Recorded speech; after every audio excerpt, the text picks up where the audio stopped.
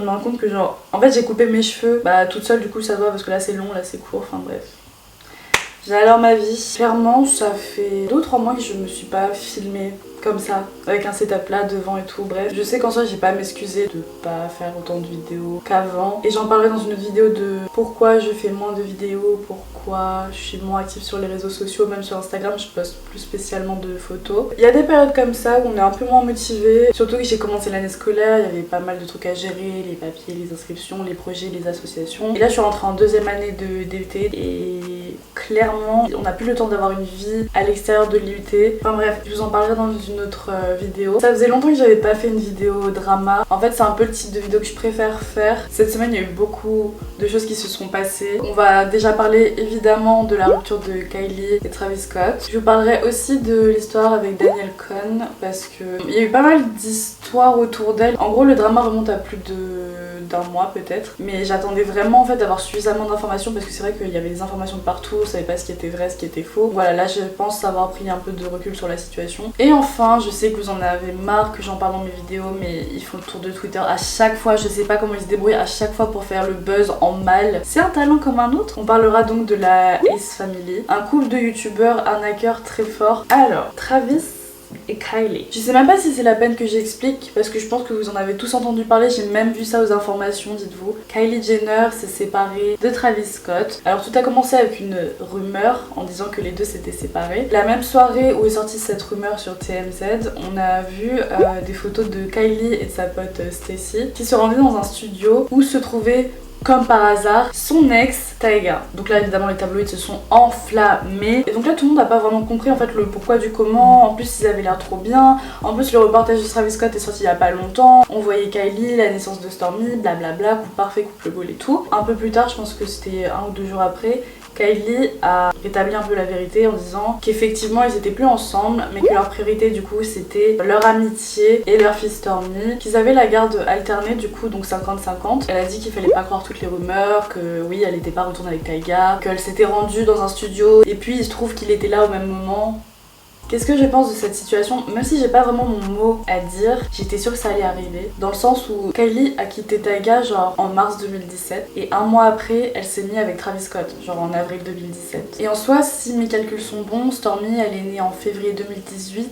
Kylie a dû tomber enceinte, oh, j'ai trop la flemme de compter. Je dirais environ 3 mois, 4 mois maximum après s'être mise en couple avec Travis Scott. Déjà, je sais pas si vous avez été en couple, mais passer aussitôt à autre chose quand tu sors d'une relation qui a duré quand même 3 ans. Je crois que Kylie et Tyga étaient ensemble de 2014 à 2017 et qu'en 1 mois ça y est tu te remets avec quelqu'un d'autre. Tu sais t'as pas vraiment le temps de faire le deuil, enfin c'est un peu bizarre je trouve. Après chacun est différent, chacun gère la situation comme il veut. Mais encore ça c'est pas choquant, enfin il y a plein de gens qui se remettent en couple 1 mois après s'être séparés de leur ex et tout. Mais ce qui m'a choqué en fait c'est que Kylie soit tombée enceinte si rapidement après s'être mise en couple avec Travis Scott. Kylie on a toujours su qu'elle voulait être maman jeune, elle l'a jamais caché, elle en parlait même dans les Kardashians. Donc j'étais pas surprise de la savoir enceinte, j'étais juste surprise de la savoir enceinte de Travis. Et même moi je me disais mais en fait c'est tellement tôt, ça ne pouvait pas être logique que tu te mettes en couple avec quelqu'un et 3 mois après boum on fait un baby tu vois. Genre t'as même pas le temps de connaître la personne, que tu veux amener un petit être humain dans ce monde. Genre c'est un pari risqué. Et je me souviens, ils avaient fait une vidéo genre en mode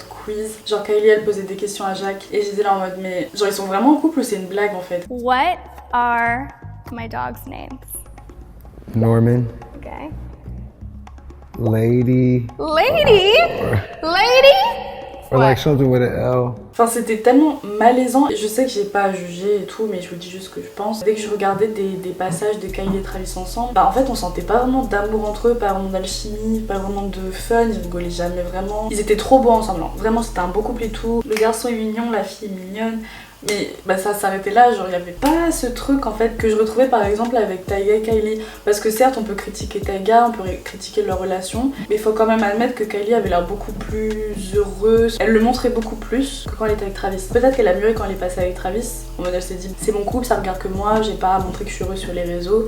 ok. Mais de ce que je voyais, Kylie, tout ce qu'elle voulait c'était vraiment Stormi. Genre il y avait Kylie et Stormi et Travis. Il y avait pas genre une famille. J'avance rien et ce que je dis c'est pas forcément vrai, mais je trouve ça bizarre quand même de se mettre avec quelqu'un juste pour faire un enfant et genre une fois qu'on a l'enfant bah on est content et toi tu peux faire ce que tu veux, ciao genre. Et c'est triste pour Stormi. Après bon on est en 2020, on va pas se mentir, c'est tellement rare les couples qui restent ensemble, genre même moi je pense que je vais pas rester toute ma vie avec la même personne, tu vois, genre. Enfin faut être honnête, il y a beaucoup de couples qui se séparent, c'est devenu commun. Kylie c'est vraiment l'exemple, puis même je vois ça partout. Des gens qui ont des bébés trop tôt, genre ils viennent de se mettre en couple, ils ont des bébés. Why you do that? Like... Donc après il y a eu plusieurs hypothèses de pourquoi ils se sont séparés. Beaucoup de gens ont lancé la rumeur que Travis avait trompé plusieurs fois Kylie, qu'elle l'avait chopé, qu'elle avait lu des messages, etc. Et d'un autre côté il y a des gens qui disaient qu'en fait les deux avaient un style de vie qui se correspondait pas spécialement. Enfin c'est tous les deux des méga stars, c'est tous les deux des millionnaires, ils ont un business à gérer, ils sont pas du tout dans la même industrie. Genre Kylie est plutôt influenceuse, elle est plutôt dans la beauté, etc. Travis lui c'est vraiment dans la musique, enfin c'est pas que ça a rien à voir mais c'est deux mondes totalement différents. Puis il y a la petite Stormi aussi. Je sais pas si la rumeur de l'infidélité est vraie, parce qu'en soi ça m'étonnerait pas parce que c'est un rappeur, mais en tout cas j'ai pas vraiment eu de preuves. So... Après il y a une nana sur Instagram, ça aussi ça fait un petit drama sur Twitter, enfin j'ai vu genre que sur Instagram elle postait des photos et elle se retrouvait toujours au même endroit que Travis Scott, et genre quand Travis publiait une photo genre 1 ou 2 jours avant ou 2 jours après elle postait une photo au même endroit, et dans ses stories elle faisait clairement comprendre qu'elle était avec Travis. Et en gros cette nana a lancé la rumeur que Travis était avec elle bien avant que Travis et Kylie soient ensemble, mais pendant leur relation Travis a eu une fille avec Kylie. Enfin bref cette histoire est trop compliquée et cette fille est trop bizarre. Cette fille elle s'est fait lyncher sur Instagram parce que les gens ils sont de qu'est-ce que tu veux toi, genre tu sors d'où. Suite à ça Travis a dit que c'était pas vrai, que ces rumeurs étaient fausses, et juste après Tyga a posté une story avec une casquette bleue. Donc une casquette en anglais c'est cap, et capping genre c'est des mensonges, enfin c'est genre quand quelqu'un ment. La situation est un peu floue, je sais pas pourquoi ils font ça sur les réseaux sociaux, peut-être que c'est nous qui faisons trop de liens entre les uns les autres, mais c'est quand même trop de coïncidences. Moi je pense que l'hypothèse la plus probable c'est qu'en fait les deux tout simplement comme je l'ai dit avant n'ont pas un style de vie compatible, ils sont devenus très vite parents. Donc quand tu connais pas la personne, que tu deviens parent, déjà le couple il en prend un coup parce qu'être parent genre c'est tu dois tout le temps t'occuper de ton bébé, t'as jamais de temps pour toi, jamais de temps pour deux. Je sais plus, j'ai lu quelque part dans un article que effectivement les deux ils étaient tellement occupés de partout avec leur fille, avec leur business et tout, qu'en fait ils avaient rarement du temps pour eux deux. C'est pas des parents, c'est genre un couple avant tout. D'un moment ça marche pas quoi, c'est la vie et puis voilà. Moi je leur souhaite juste une chose, c'est d'être heureux, et que la Kylie elle retourne avec son ex ou pas, honnêtement ça me dérange pas, elle vit sa best life, elle est là, elle côtoie les meilleurs rappeurs. Excuse nous. Vous voyez genre les réactions des gens genre hyper extrêmes en mode quoi, mais Kylie c'est une chouin, elle retourne vers son ex et nanana. Donc voilà, c'est tout ce que j'avais à dire sur le sujet. C'est pas que je m'en fous, c'est que je suis pas surprise en fait. Je m'attendais vraiment à ce qu'ils rompent en fait. Il y a Kanye West et Kim Kardashian, et puis t'as Travis et Kylie, tu vois, c'est pas la même chose. On va passer à la Ace Family. J'ai beaucoup de trucs à dire et je pense pas que je pourrais tout dire dans cette vidéo. Faudrait que je fasse une vidéo dédiée à la Ace Family. Il y a tellement de trucs à dire. J'ai déjà fait des vidéos sur la Ace Family. Je vais vous mettre les liens pour éviter de radoter un peu et gagner un peu de temps. Voilà, pour vous mettre dans le contexte. Si vous connaissez pas la Ace Family, c'est Austin et Catherine qui sont un couple et qui ont 2 filles, donc elle et Alaya. Ce qui caractérise ces youtubeurs, c'est qu'au début c'était très humble, c'était une famille normale, et que en fait ils ont eu tellement de succès sur YouTube qu'ils sont devenus, je dirais pas millionnaires du jour au lendemain, mais presque. C'est devenu des Logan Paul un peu. Genre je sais pas comment vous expliquer. Ils sont aussi connus pour avoir arnaqué beaucoup d'abonnés, des gens en disant qu'ils allaient faire un événement de charité. Au final l'argent est revenu à eux. Cette année ils ont refait un événement, pareil, l'association qui a récupéré les 100 000 euros et l'association du père d'Austin, voilà, comme par hasard. Comme par hasard après ils sont partis en vacances dans des destinations de fous. Je sais même pas combien de voitures ils ont acheté une villa, enfin bref, tant mieux pour eux, tu vois, ils ont glow up, ils ont eu de l'argent, ils ont travaillé pour, ok. Mais c'est juste leur personnalité qui devient un peu gênante, et moi quand je les regarde je suis grave mal à l'aise. Genre ils ont tellement des réactions de nouveaux riches et de en fait maintenant on est riche, on peut plus s'associer à vous, et c'est exactement le message que je vois quand je vois leurs vidéos. Ça me fout trop la peine parce que j'adorais leurs vidéos avant. Donc là il s'est passé quelques dramas, justement ils ont acheté cette villa. La dernière folie d'Austin c'était d'acheter un jet ski pour le mettre dans sa piscine. Déjà j'étais en mode this is America. Vraiment. Du coup il a pris un jet ski, il l'a mis dans sa piscine, il a fait des tours en jet ski. Ah super drôle, ça va faire des vues et tout. Et en fait ce qui s'est passé c'est que les voisins d'en dessous ont reçu donc énormément d'eau, et l'eau de la piscine donc d'Austin a détruit leurs vignes, et des vignes c'est super long à faire pousser, ça leur faisait gagner un peu d'argent et tout, enfin bref ils ont porté plainte. Et il se trouve que Catherine sur Twitter ne s'est pas excusée en fait, elle a dit clairement ouais les gens c'est des rageux, ils nous font chier pour nous faire chier. pardon. T'es là, tu niques la propriété des gens en fait parce que t'es pas censé avoir un jet ski dans ta piscine. En fait, tu peux juste dire pardon de base. Mais non, madame se croit tellement supérieure que madame habite dans la maison de dessus, madame fait ce qu'elle veut, madame détruit les propriétés d'autrui, mais c'est les autres qui les font chier.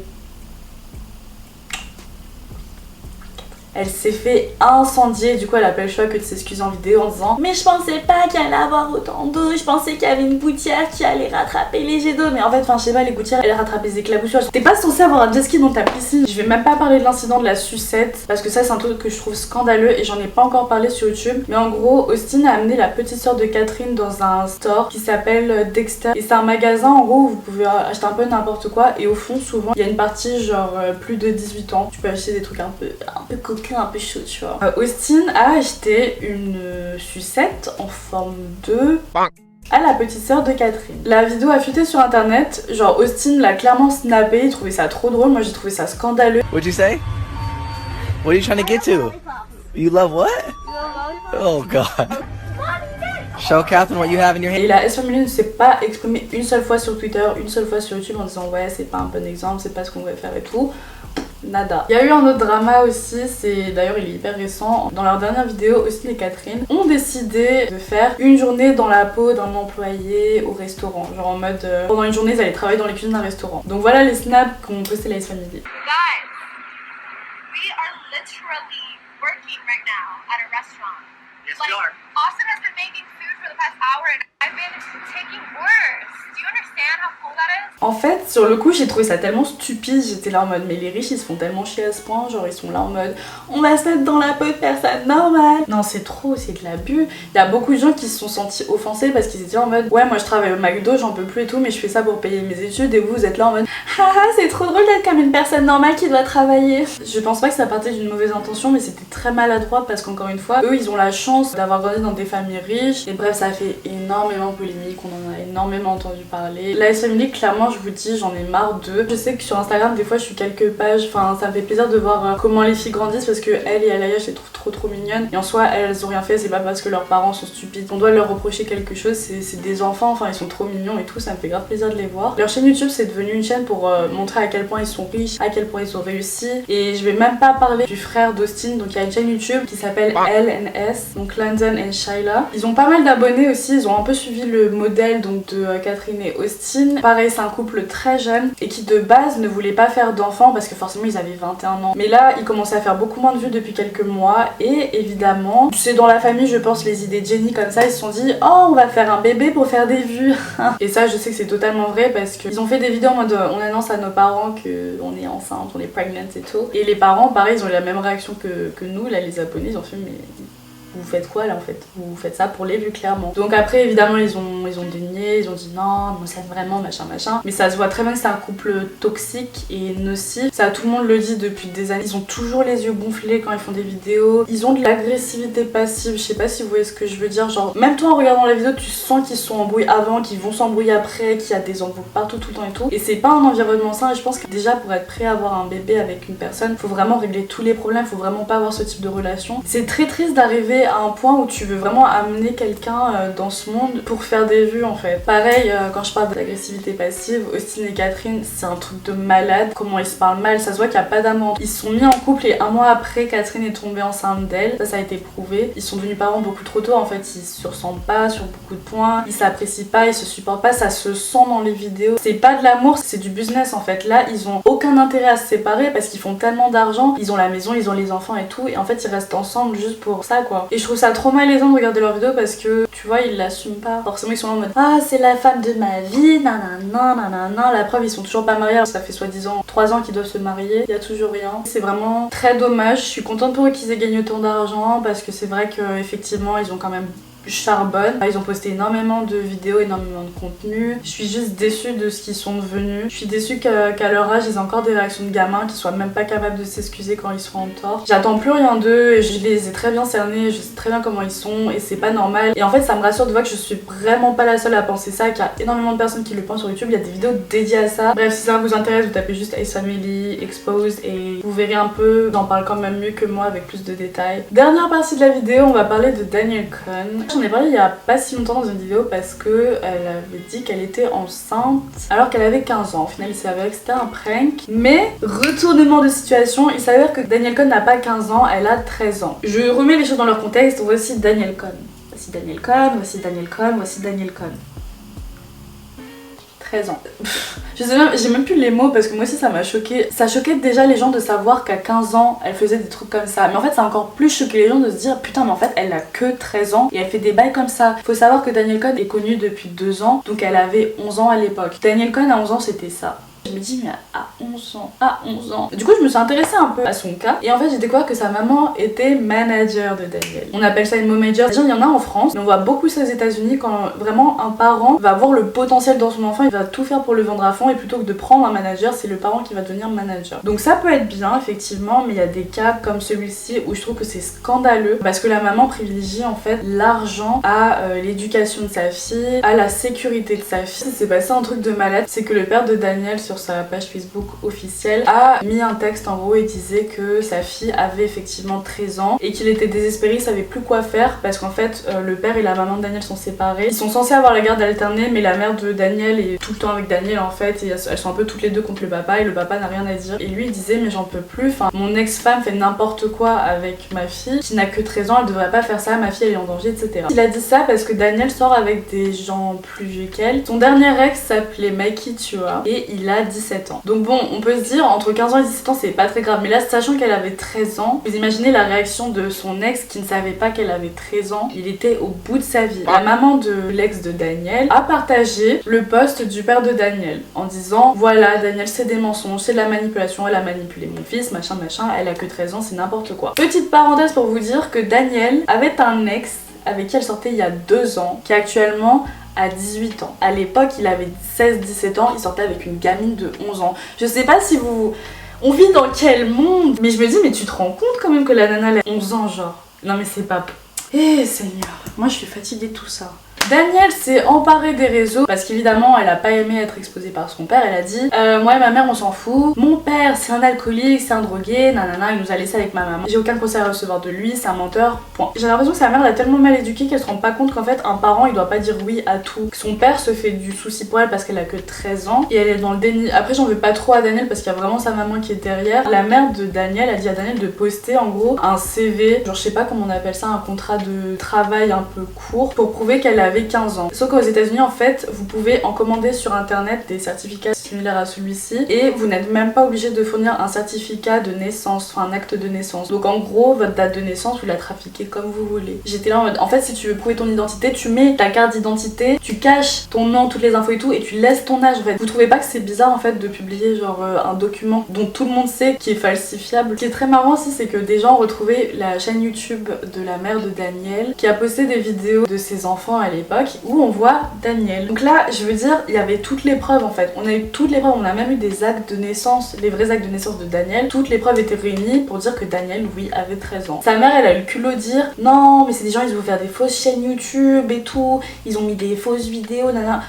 À l'époque, Danielle, elle était pas connue, c'était un baby en fait. Donc qui aurait voulu faire des faux comptes de Danielle pour mentir sur son âge à l'époque? Ça a aucun intérêt. Vous voyez à quel point il y a des adultes qui sont ridicules parce qu'ils ont la mentalité d'un enfant de 7 ans. C'est un truc de malade. Ça me rend tellement triste parce que quand je pense à Danielle Cohn, je pense à ses vidéos et elle a déjà eu des partenariats avec des vêtements de costumes sexy. Est-ce que vous vous rendez compte que sa mère lui a dit ah j'ai un partenariat pour toi, tu vas faire une revue de costumes sexy à sa fille de 12 ans. Il y a un truc qui va pas, il y a un moment l'hypersexualisation des enfants c'est terrible et surtout quand c'est fait par leurs propres parents, il y a un truc qui va pas. Je pense qu'on peut résumer l'histoire par l'argent avant tout. Je veux bien hein, que t'aimes ta fille et que tu veux quelqu'un de l'argent mais pas comme ça, genre je sais pas, genre... Voilà, morale de l'histoire, YouTube c'est un monde très sombre, les réseaux c'est un monde très très sombre. Ne vous fiez pas à ce que vous voyez direct, prenez du recul et réfléchissez un peu. Ces trois dramas n'ont rien en commun, juste que vous m'avez demandé mon avis sur la question, vous m'avez demandé un peu de vous expliquer. Si vous avez des idées de vidéos, n'hésitez pas. Je vous laisse vous abonner à mon compte Instagram et à ma chaîne YouTube. Je suis super contente de revenir sur YouTube, ça m'avait trop manqué, là je suis super contente de parler dans ma chambre toute seule.